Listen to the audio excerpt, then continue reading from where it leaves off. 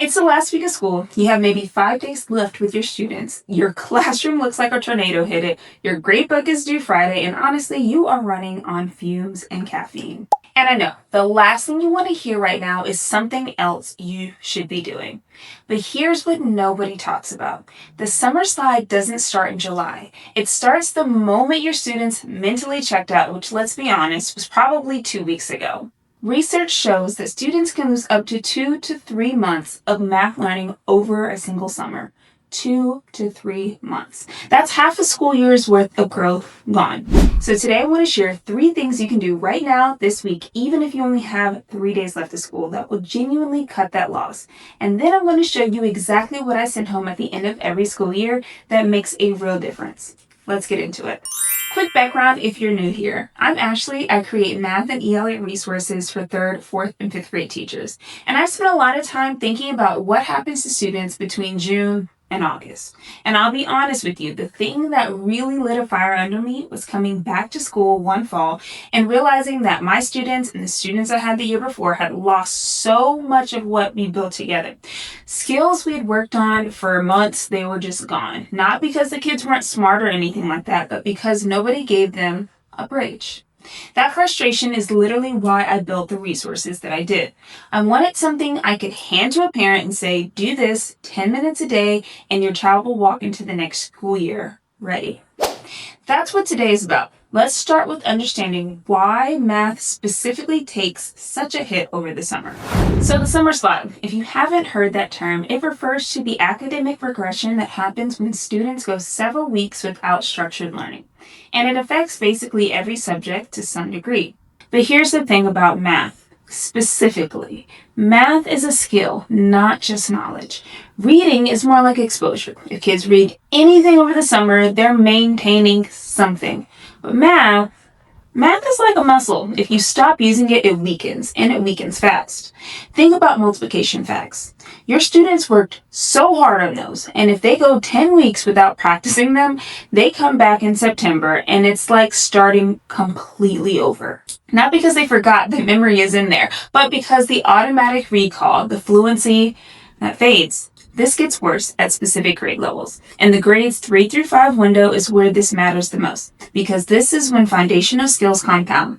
Fraction sense, multi-digit multiplication, place value, reading for meaning, everything that comes after builds on what kids learn in these 3 years.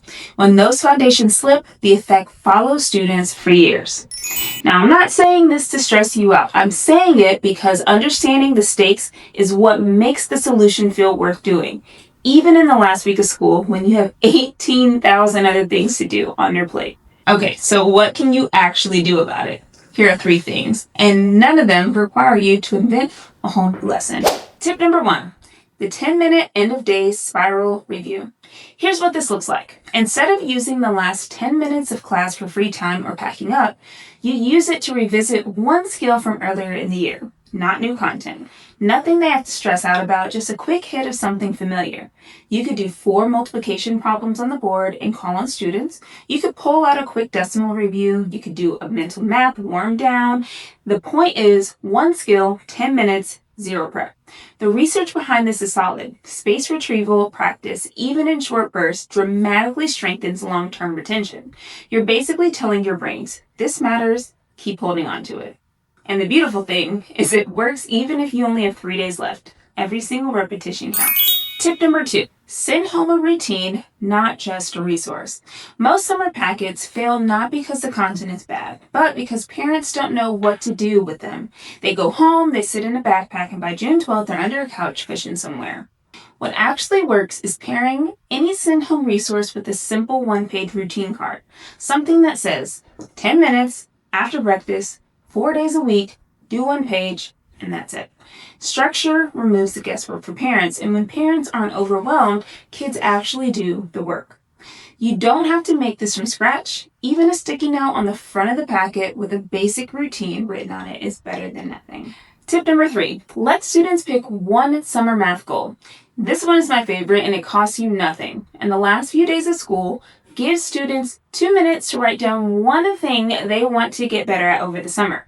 Multiplication tables, fractions, long division, whatever they feel the least confident about from the school year.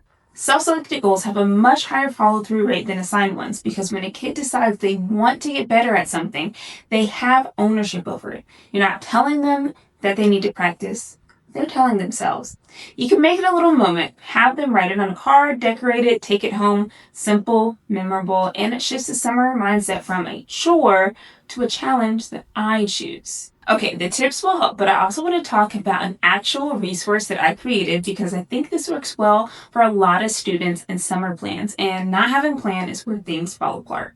Here's the problem with most summer math packets. They're too long, they're overwhelming, there are no instructions for parents, and they're basically a photocopy of the same worksheets kids were doing in April. By week 2, they're done. Not because kids are lazy, but because the format wasn't built for the summer. What works is something with a daily page format, short enough to finish in 10 minutes, engaging enough that it doesn't feel like punishment, and built specifically to review the skills from the grade they just finished while introducing gently what's coming next.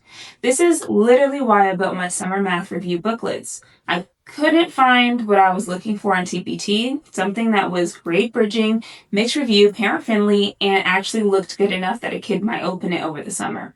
Since I couldn't find it, I made it. I have one for students going from 3rd to 4th grade, one from 4th to 5th grade, and one from 5th to 6th grade. Each one has daily pages, mixed skill review, and it's formatted so a parent can hand it to the kid with zero explanation needed. I'll link all of them in the description below. And honestly, if you're watching this in the last week of school, this is the week to grab them. Send them home on the last day and your students' parents will be thanking you at the beginning of the next school year. All right, let's wrap this up. So real quick, just to recap, 3 things you should do before your last day.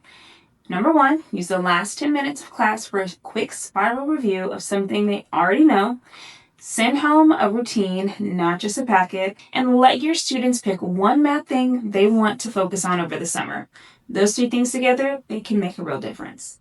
The booklets are linked below if you want something ready to send home with your students, but I actually want to know, what grade do you teach and when is your last day of school? Drop it in the comments. I always love seeing how different everyone's calendar is. If this was helpful, subscribe. I post every Monday. All right, go finish the school year. You've got this. See you next week.